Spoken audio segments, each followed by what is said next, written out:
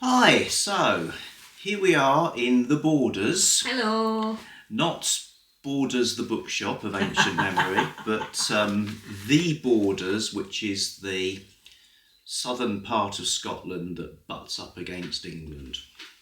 Fair to describe it thus? Southern eastern Yes. part, because the west that butts up against England is Dumfries and Galloway. Yeah. And just going to talk about some of the books we bought, because it's like we descend on the towns when we're on holiday as if we're like raging barbarians who only get to buy books once a year. Yes, so when Roy says that it's not Borders of Ancient Memory bookshop, is that we actually treat the Borders like one great big bookshop. We do. Do we not? Well, the first one we went to was called the Reading Room in Melrose. Yeah. So Melrose is a town. It's got an abbey there, ruined abbey, but there's quite a lot of it left. That's quite spectacular. Bagpipe pig. Yeah, there's a bagpipe playing pig, which I'll have to find a picture of. Yeah. It's the starting point or finishing point of a long distance walking trail called St Cuthbert's Way, which a long time ago we did. Was it 19? I think it was the year Princess Diana died, which I think was 97. 97, yeah. So that goes to Lindisfarne. Anyway, I'm not doing that now, but the Reading Room, lovely little shop. Jennie asked, have you got any poetry? And the lady said, not much, but we've got 2 books by a local poet, Bridget Kershey. Yeah. And I bought one of the 2, which is this one, Last Days of Petrol. She's primarily a writer of eco-poetry. And I read a couple I did my usual test of if I read one poem and I like it, I will buy the book. And I read a couple in the shop and thought, yeah, I like these. They need a bit of mulling. They're not straightforward. Yeah, no, that's a good thing. But yeah. In my book. And otherwise you just race. Well. Yeah, and in a poetry book is good. So I shall be reading one of those on a Poetry Thursday. Okay. And I think I actually thought I bought loads, but I bought things that weren't quite books, like a bar of chocolate and a map.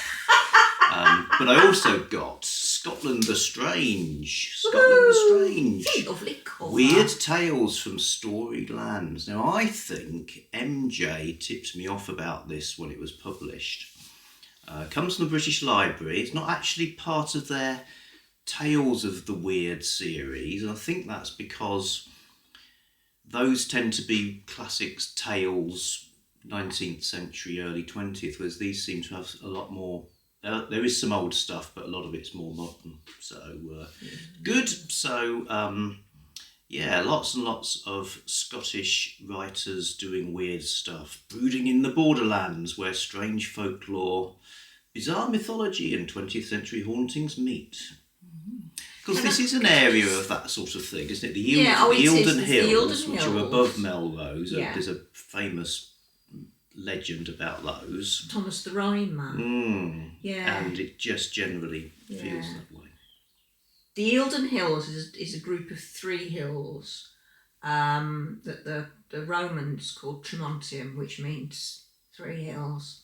And there's one of the legends. Is it one of those went to sleep and got stolen by the fairies and came back 100 years later? I think it is. Yeah. But we did walk the St Cuthbert Way, and we walked across the Eildons around the. I think you go over one of the saddles between 2 of them. Yeah. But they're a bit like Glastonbury Tor in that you seem to be able to see it from wherever you are, and it's always in a different place. But yeah, magic. And that cover is the nicest cover of any book we bought this holiday. I think that's true. It's gorgeous. There's another Reading Room purchase. It's got its own little clip of video. Okay. Mystery book from the bookshop in Melrose. couldn't resist it because we've been reading about book parcels in bookshops and bone dust, and this one describes itself as historic fiction inspired by true events, 16th century France, an outbreak of a bizarre plague and its effect on a close-knit group of women. And I'm going to open it right now. There we go. This is me. It's a paperback, I can tell. Vexing me.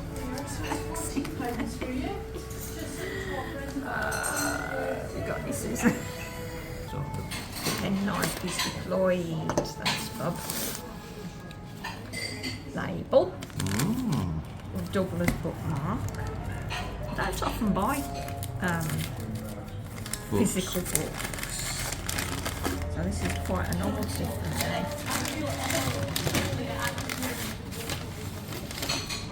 The dance tray. The dance tray. That's interesting. Yeah. A mysterious dance plague takes hold of the city of Strasbourg. Oh. All three women become entangled in a web of deceit and clandestine passion.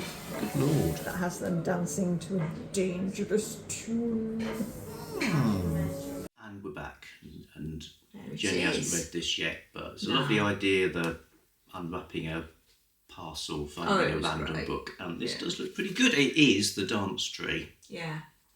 Kiran Millwood Hargrave. I'm looking. I very, very rarely read hard copy. Yeah, But I am looking forward to reading. That's got a nice cover as well. It's not bad, is it? Cover, yeah. I thought it was historical from the, but it's It not. is. Is it? Yeah. Oh, okay. It is. Oh yeah, the mysterious dance plague. Yeah. Funny coincidence there. I was reading a book I haven't got in my hand because I brought it with me, Queens of the Abyss, which is a British Library Tales of the Weird. And one of the stories I read by Jessie Douglas Kerrish, called The Wonderful Tune, is about a scary dance that possesses people.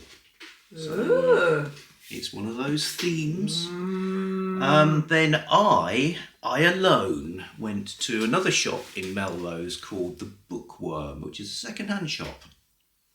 Nice little shop, and I was looking round and I just wasn't finding anything, which sometimes happens, and I was on the verge of buying a token cheap paperback to sort of pay rental for the air and space and of being in the shop. And I did want it. This is the third in the Mr. Finchley series, which I discovered last time we were away. So Victor Canning's Mr. Finchley, this is the third one, and it's cost a couple of pounds. But just as I was sort of sidling up to the buying bit, I spotted the spine of this, 7 Maids. Just says Meade on the back. Oh, is that L.T. Meade, the author who I'm really interested in, planning to read various works by as a sort of long-term project? And yes, it is 7 Maids by L.T. Meade with another one. Woohoo! The Odds and the Evens. Well, that one's not called the 7 Mops then. If 7 maids with 7 mops swept it for half a year, do you suppose the walrus said that they could make it clear? I doubt it, said the carpenter, and shed a bitter tear. So as we're recording this on a Thursday... Yeah, that's all the poetry you get. That's our Poetry Thursday for the week. It's from The Walrus and the Carpenter by Lewis Carroll. Yes. And the thing they're talking about is the beach. Yes. And that is, as it happens, the... I never remember what these things are called. Epigraph? Polygon. It's quoted at the beginning. So I just, you know, it's a book about 7 girls basically, It's interesting. I only intended to sort of blow the foam off the top of the glass, but I ended up reading the whole thing. And but look, it's the book. It's made like for the ages, as if it's going to be in the library of an emperor. Leather spine, leather corners, these thick boards with a sort of texture. Book cloth, that is, mate. And each page is, you'd almost call it card. So yes, beautiful books and interesting, and I'll be saying more about L.T. Meade at some point. Read me. Just to say, Victorian author, she wrote across loads and loads of genres, super popular in the day, pretty much forgotten now. She wrote supernatural, crime, and lots of stuff aimed at young women, of which this is one thing. And then I also, buying fever now, bought the County Books series by Robert Hale, who went on to be famously the publishers of Black Horse Westerns. They had this County Books series of books about places. All the English ones, it's like a county.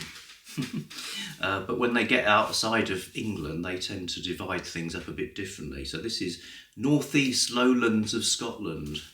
And they're not exactly sort of here's the place and here's where you can go for a cup of tea type books. They're more like idiosyncratic essays by writers from the place. And yeah, this one's really good. So this area he's talking about, although it's not where we are now, it is place. It's got lots of places that we've been in the northeastern side of Scotland, including the Black Isle, all the way up to John O'Groats, Aberdeen. So we've never been to Aberdeen. No, we've been to the area, haven't we? Did we go to a trading estate on the edge of Aberdeen to sell the whiskey? That time. I think we did actually, yeah. After I gave up drinking, I had lots and lots of bottles of malt whiskey lying around, so we actually sold them at a profit. Amazing. It's brilliant. We paid for the holiday in booze. It's the teetotaler's dividend. Yeah, it's a good investment, decent whiskey. Yeah. As it turns out. Well, I know some people just buy it and never actually Yeah. possess it. You know, they just didn't have. Well, a lot of them turned out to be collectible bottles, didn't they? Just think, if you carried on drinking, we might have just drunk them and enjoyed them. Yeah, well, that'd be How terrible. terrible that would be. Anyway, yes, great book. And I think in the end he rounded it down. So the cheap paperback I was going to buy was probably ended up being a free paperback, Woohoo! which is nice. Pay for the holiday. Yeah. Yeah. Oh dear, one for the ages. Okay, then different town, different day.